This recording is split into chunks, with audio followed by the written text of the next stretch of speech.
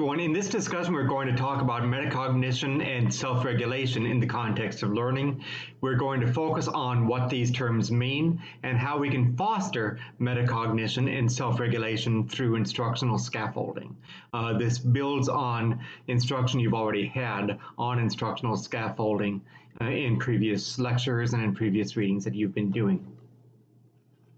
Okay, so first of all, we'll start off with talking about what do we mean by metacognition. In the context of reading, you notice metacognition involves awareness as well as regulation, a process of planning, monitoring, and assessing whether you are understanding what you're reading. Notice this is two different functions. First of all, you're aware, and secondly, you regulate. Both of these things are necessary. Now, I want you to also realize that metacognition is not a thinking process which is limited to reading. For instance, metacognition can involve mathematics skill. In the case of mathematics, it would be both the awareness as well as the regulation of the processes involved in planning, monitoring, and assessing whether you're understanding what you're doing in the context of mathematic performance. So again, this stretches across context. I often use reading discussions because, for one thing, I'll be very honest, I do make these videos for multiple classes, and many of the classes that I teach are literacy and language arts based, but I also plan to include this video in curriculum and planning type courses too. So I want you to understand the transference across here. We'll talk about transference, by the way, later. Okay, metacognition is, again, both awareness as well as control over your thought processes. Metacognition involves evaluating the effectiveness of your choices as you're thinking. So as you're reading a text, you are evaluating whether your reading strategies that you're using are effective in helping you understand that text. Why are they effective? Why are they not effective? What adjustments do I need to make? You do that on your own inside your head as you read. Metacognition involves evaluating possible outcomes of your choices that you make. That's true for reading, true for, again, in mathematics. You would evaluate the possible outcomes of choices that you make as you're trying to solve mathematical problems. Metacognition is the learner's reflection about what she already knows. So it's, again, background knowledge as well as choices. It also involves reflection about what the learner is in the process of learning. So what do I already know? What choices am I making? Are they effective or not? Are they likely to be effective or not? And how is this impacting what I'm learning? All of that is involved in metacognition. Metacognition is basically, like I said, a reflection on what you already know. It's a reflection about what you're in the process of learning, and it's very much related to student achievement. A person who is strategic in their reading is more likely to achieve in reading. Same thing with math. A person who has strong sense of control and regulation and strategy behind what you do in math is more likely to achieve in your mathematics performance. Metacognition is strongly related to reading comprehension, and same thing goes for other fields. If we talk about your understanding of the sciences, metacognition is strongly related to the sciences. It's strongly related to math. It's very much strongly related to learning and achievement. Metacognition, in a nutshell, in the reading field, would be knowledge about reading and how reading is accomplished. If you're talking about math, it would be knowledge about math and how performance of mathematics processes are accomplished. Notice the transfer across skills. So then we move into metacognition as well as self-regulation in your thought processes. The development of the ability to evaluate metacognitive skills helps students to also develop what we call self-regulation skills. Self-regulation is widely understood as learning that occurs largely from the influence of a student's self-generated thoughts, feelings, strategies, and behaviors, which are oriented toward the attainment of goals. So it's very goal-oriented. You think about what your goal, and you regulate your thoughts, your emotions, in order to try to achieve that goal. Self-regulation can be defined as monitoring one's own learning. It can also be defined as monitoring one's own strategies that you make in the process of trying to achieve a goal. Self-regulation is strongly related to motivational beliefs such as self-efficacy, emotion, as well as related to learning strategies that are self-generated. Remember, self-efficacy should not be confused with self-esteem. Self-efficacy is not an identity framework. It is a motivational framework of having confidence in your ability to achieve a certain task with success, such as reading with success. Self-regulation is related to academic success, very strongly related to academic success. Ineffective self-regulation is very strongly related to lack of academic success. Self-regulation is associated with the control of thoughts, emotions, and behaviors, or lack thereof. Students who self-regulate their use of literacy strategies, for instance, behaviors and emotions while reading, can better achieve their goals. These students can plan, monitor, and evaluate how they use strategies to understand difficult texts. Guiding students toward increased self-regulation helps them to achieve at a greater rate. Self-regulation sets goals, develops strategies, reach these goals, monitor ongoing progress, and reflect on these progress. So again, if you're looking for behaviors in a self-regulated student, a student has a high level of self-regulation as they do a task. Are they setting goals? Are they using strategies to achieve these goals? Are they self-monitoring? Are they self-reflecting? All of this is signs of a student who is self-regulated in their approach. You can help a teacher, you can help a learner, you can help a learner become more self-regulated. You can guide them, you can do think alouds, you can give students tips to help them become more goal-oriented, more strategic, more active in their self-monitoring behaviors. Here are some ways in which you can see self-regulation in action as a teacher. Are the students motivated? What steps are they taking in order to achieve learning? How are they using their time? Are they wasting time, or are they purposefully using their time? By control of the environment, are they throwing things all over the place, throwing books all over the place randomly, or are they strategically putting the tools of learning, the pencil, the paper, the book, in proper place strategically?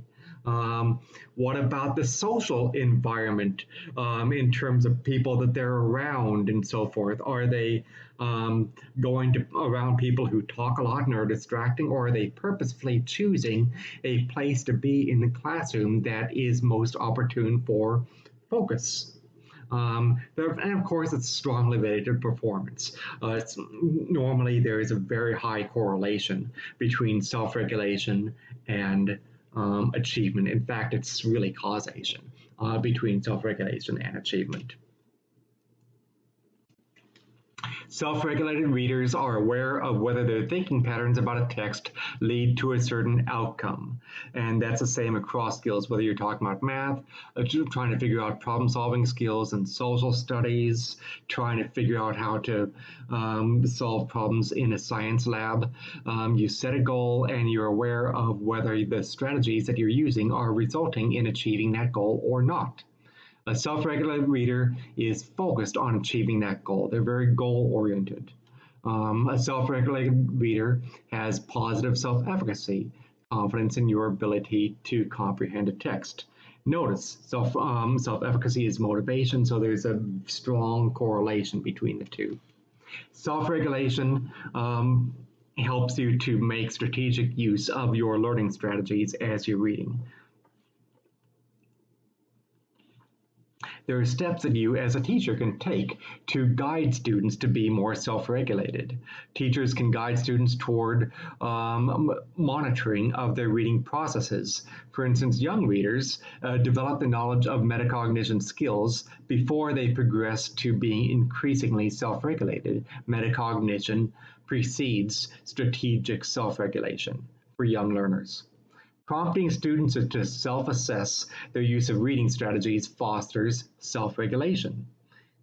A student who has strong self-regulation when reading will check whether that student comprehends a text and monitors their strategic use of reading steps and reading strategies while monitoring that text. For instance, breaking down words into component parts, figuring out the prefix, the suffix, the root of words, using preview strategies, looking at pictures for cues in the book. All of these things that we know can help you. Rereading strategies. There are scaffolding moves. Remember a scaffolding from previous reading that you've done? Scaffolding is basically an umbrella term for tools instructional moves that a teacher can make to help a student develop better strategic use of learning strategies and to understand things better and to understand things deeper in a richer way. There are various scaffolding moves. You can give a cue or a hint to a student. You can remind a student of what to be looked for. You can ask the student strategic questions. You can give tips. You can give think alouds to students. All of these things are types of scaffolding moves.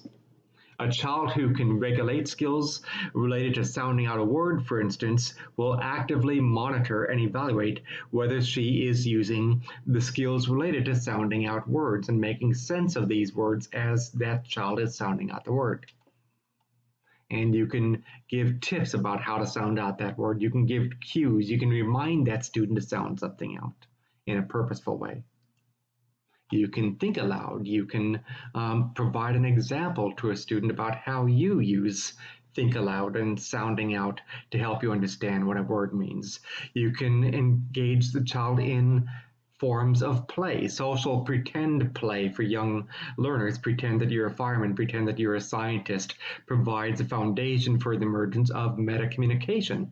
Metacommunication means your regulation, self-regulation thought process of your communication and whether your communication is effective or not.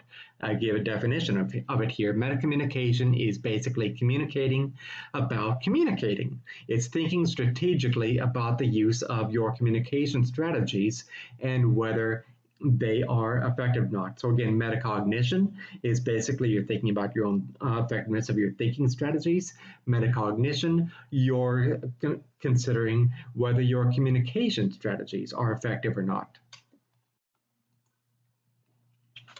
We can see self-regulation in action among our students. Self-regulation is very much related to the setting of goals, to the development of strategies in order to reach certain goals, monitoring of your progress in order to reach those goals, and monitoring of your performance, your self-monitoring of your performance. And again, scaffolding needs to be talked about here. We've talked about scaffolding already in this class. Discussion of scaffolding traditionally, as you've seen in a previous reading, draws on the work of Wood and colleagues. And think of the scholarship of Jerome Bruner here, who viewed scaffolding as basically a process that enables a child or a novice learner to solve a problem, carry out a task, achieve a goal that would be beyond his or her unassisted efforts. Remember, scaffolding draws on the concept of the ZPD, that distance between what you can do independently and the maximum of what you can do with assistance. You provide instructional scaffolding, such as these cues, these tips, the think alouds. You provide instructional scaffolding within the learner's ZPD. It is pointless to be providing scaffolding below the ZPD with what a child can already do independently. A child doesn't need scaffolding with something they can already do independently. And it's frankly pointless to provide scaffolding at a level where the child is getting emotionally frustrated because it's way too hard for them to do even with assistance. That's pointless. All you're doing is you're driving the child up the wall. You want to provide the scaffolding within the child's zone of proximal development. A scaffold can be thought of as basically a type of structural support intended to be temporary, and it is very adaptive as the learner gains increased skill and independence. I have reader up here, but the concept of scaffolding is used across content areas. It's not just limited to reading. Scaffolding emphasizes the teacher taking responsibility to guide the child. It also emphasizes diagnosis, assessment of the child's progress to inform instructional choices. Because remember, children will have a different ZPD, and the ZPD will shift as the child learns. There's an emphasis on the use of a variety of supports as appropriate based upon your assessment of what the child is performing at and what the child's needs are. There's no such thing as one particular scaffolding move that is the best move at all times for all students. There's a very strong emphasis on relinquishing support, taking support away as the child gains increasing independence. Remember, the goal ultimately is independence, but then that ZPD will shift. Scaffolding is basically an umbrella term, like I was saying earlier, that refers to a broad range of strategies that support a student toward increasing skill and independence. For instance, in this picture taken at my former university, my former office. Sometimes I miss that former office with all the books and so forth. With the pandemic going on, I still have that many books in my UA Little Rock office too, but I don't get to that office too often with the pandemic going on. There's no point. But anyway, for instance, when you're reading a book with a young child, you can point to pictures, you can help the child use previewing strategies, you can ask the child strategic question, you can give tips to the child. All of these are certain types of scaffolding moves, and you want to do it in an enjoyable way, in a way that's not intimidating to the child, a way that the child actually wants to be reading. The enjoyment of reading has to be there too. We want children to love reading.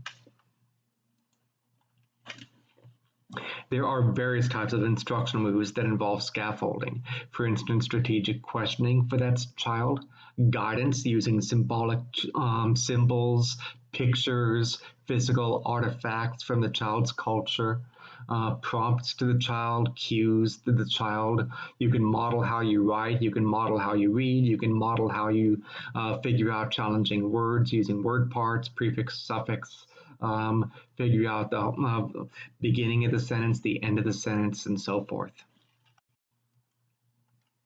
There are certain key attributes of good effective scaffolding of instruction. You want to have the transference of responsibility from the teacher to the student, so the student eventually takes control. Remember, self-regulation, metacognition are key aspects of scaffolding. You fade support as the learner gains increasing independence, and the instructional move, the scaffolding move that's most appropriate, will change based upon the abilities of that student. There's a concept that's very important here called transfer of responsibility. Support should be withdrawn as a child gains increasing control and independence as a reader or as a mathematician, whatever you're working on. So at first the teacher has more responsibility, but eventually that's transferred to the learner having more responsibility. And here's an important quote from a classic article from David Pearson and Fielding. In scaffolded instruction, the teacher determines the difference between what students can accomplish independently and what they can accomplish with just more expert guidance, and then designs instruction that provides just enough scaffolding for them to be able to participate in tasks that currently are beyond their reach. Notice currently. When scaffolded instruction operates according to plan, two things will happen. And this is important for you to always remember right here, these two things. First, the tasks and the texts of the moment gradually come more and more under the learner's control. Second, more difficult tasks as well as texts become appropriate bases for further student interaction. So again, there's increasing control, that's self-regulation, and increasing ability to take on things that are difficult. Adjustments will depend on the progress of the student. That's where important assessment takes place. The teacher moves from taking on responsibility of performing the task to the student taking on responsibility. There's increased self-regulation as a reader enables a student to more successfully transfer their knowledge and skill as applied in one setting to another. Again, when you've got transference, when you've got self-regulation, this will mean that you can do it in different settings with the student taking on increasing independence. Dialogue is a very important aspect. You want to get in conversations with students. The crossing over of concepts from one context to another allows reader to construct new, more in-depth understandings of concepts. So again, what you introduce a reader to doing in one text, you then say, okay, now let's try it in a different textbook. Or we tried this while we were reading, now let's try this strategy in a visual mode as you're observing things. Or let's try it as we're putting together a story using digital text, whatever. You want to transfer it to different modes, the visual, the audio. Dialogue helps transference to happen, independence to happen. Students learn from experience as well as from dialogue with one another and from the teacher in a community of learners that move between roles of the more experienced expert and the less experienced novice. Remember, we talked about in a previous discussion what I mean by community of learners. A community would be one where you've got common rules, common understandings, common goals among the students. We're engaged in a common exploration of reading or English language arts, or if it's literary texts or mathematics skills, whatever content area we're talking about. We understand how to work together within this community. We're all trying to help each other out. And that's why dialogue within this community with shared goals and shared responsibilities can help more expert students to guide less expert students in a skill toward those less expert students gaining increasing knowledge, increasing skill. So the community of learners is very important. Transference happens in a community of learners. Here's a basic definition of it right here. Groups of people who have some common and continuing organization, values, understanding, history, and practices. That's what we mean by a classroom. Within your classroom, if your classroom is going to be a community of learners, you have to have a common organization there. You have to have common values, understanding the history and the practices of what it means to be studying literature or to be studying mathematics or whatever it is that you're studying. We can talk about the gradual release of responsibility, releasing from the teacher having more responsibility to gradually the student having more responsibility. Assistance provided by a teacher or a more expert peer should lead toward a guided release of responsibility, where a student takes increasing independent control over the purposeful use of reading strategies and comprehension strategies. If you were talking about math, it would be math strategies and comprehension of mathematics. Increasing independence while assistance is provided is gradually released, and that's a very key aspect. You want to gradually release so that the student will eventually have full independence. Don't release too soon, don't release too late. You want to provide students with the purpose of the lesson, always. That's your objectives, that's your learning goals.